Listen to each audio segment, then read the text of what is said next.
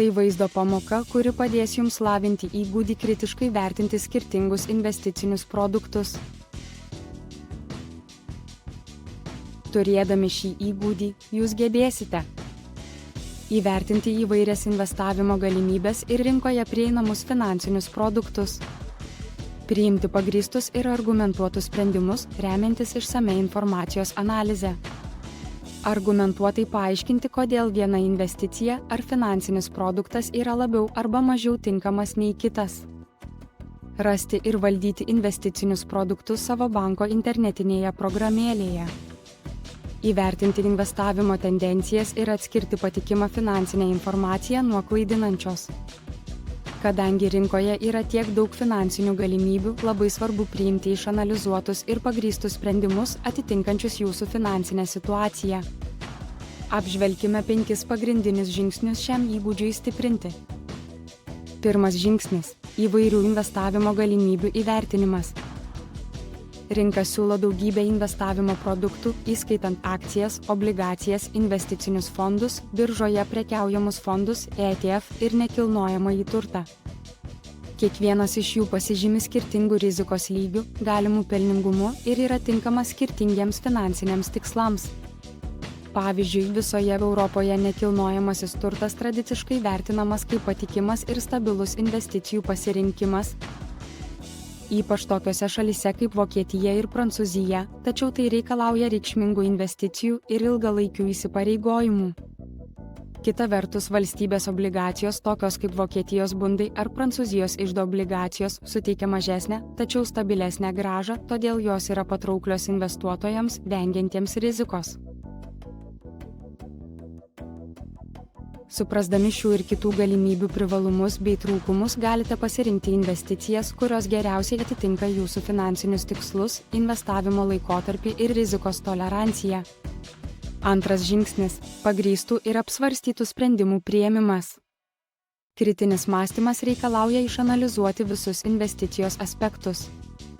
Pagalvokit, koks yra rizikos lygis, kokios investicinės grąžos tikitės, per kiek laiko investicija pradės duoti grąžą.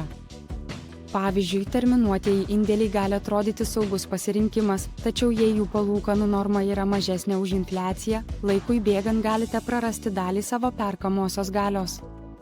Kita vertus, investavimas į indeksinius fondus gali ilgainiui duoti didesnę grąžą, tačiau gali labiau svyruoti priklausomai nuo rinkos situacijos. Priimdami sprendimus paremtus faktais ir skaičiais, užtikrinate, kad jie atitiktų jūsų tikrąją finansinę padėtį.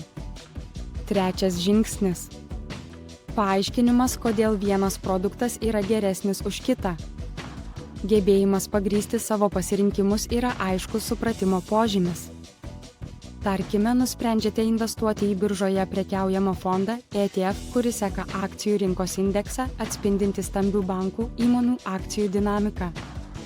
Galite paaiškinti, kad toks fondas suteikia galimybę investuoti į įvairius ekonomikos sektorius, pasižymi mažesniais valdymo mokesčiais ir sumažina riziką, palyginti su investavimu į vienos įmonės akcijas.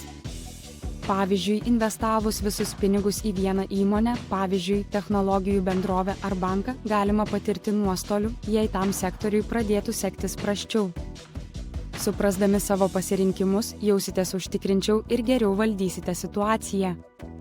Ketvirtas žingsnis – programėlių naudojimas investicinių produktų paieškai ir valdymui.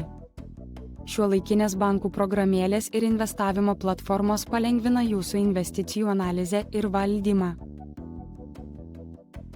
Daugelis populiariausių Europos bankų siūlo įrankius skirtus lyginti investicinius fondus, ETF bei investicinius produktus. Šie įrankiai dažnai pateikia informaciją apie ankstesnę grąžą, rizikos lygius ir susijusius mokesčius. Pavyzdžiui, pradedantysis gali rinktis mažos rizikos diversifikuotą ir profesionaliai valdomą investicinį fondą, leidžiantį ramiau žengti pirmuosius žingsnius investuojant. Naudokitės šiais įrankiais, kad išliktumėte informuoti, prireikus galėtumėte koreguoti savo investicijas ir užtikrintumėte, jog jūsų portfelis atitinka ilgalaikius tikslus. Be tradicinių bankų programėlių yra ir specializuotų platformų, tokių kaip Finect ir Just ETF, kurios siūlo išsamius įrankius investicinių produktų lyginimui ir valdymui. Finect siūlo fondų palyginimo įrankį, kuris leidžia vertinti investicinius fondus ir ETF pagal jų grąžą, rizikos lygį ir taikomus mokesčius, tai padedant priimti pagrįstus sprendimus. 5 žingsnis – savarankiškumas priimant sprendimus. Internete gausu investavimo patarimų, madingų produktų ir sėkmės istorijų. Tačiau kritinis mąstymas padeda išlikti objektyviam. Nepasiduoti emocijoms ir ažiotažui, netapti reklamos auka. Pavyzdžiui, jei socialiniuose tinkluose pamatote reklamą, žadančią milžinišką grąžą iš kriptovaliutų, svarbu šiuos teiginius patikrinti savarankiškai. Įvertinkite riziką, supraskite, kaip veikia technologija ir pasvarstykite, ar tai tinka jūsų tikslams. Asmeninio investavimo plano kūrimas ir nuoseklus jo laikymasis padeda siekti tikslo ir priimti sprendimus, remiantis logika, o ne trumpalaikėmis tendencijomis. Įvaldę šiuos žingsnius galėsite užtikrintai orientuotis investavimo pasaulyje ir kurti savo tinkamą finansinę ateitį. Dėkojame, kad žiūrėjote ir linkime sėkmingai investuoti.